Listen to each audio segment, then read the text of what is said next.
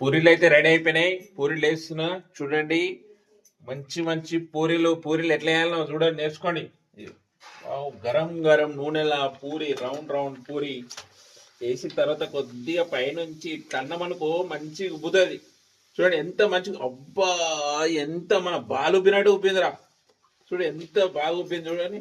Friends మీరు కూడా మీరు చేరాకుండా నేర్చుకోండి. ఇంత మంచి ఉబ్బిందా పూరి. మంచిగా వాటిలో మంచిగా పిసికినాక కొంచెం వెయిట్ చేస్తే అదే మంచి ఉబ్బుతుంది. కనిపిస్తుంది కదా. వావ్ ఫ్రెండ్స్, సంక్రాంతికి అందరికీ వెల్కమ్ చేస్తున్నా.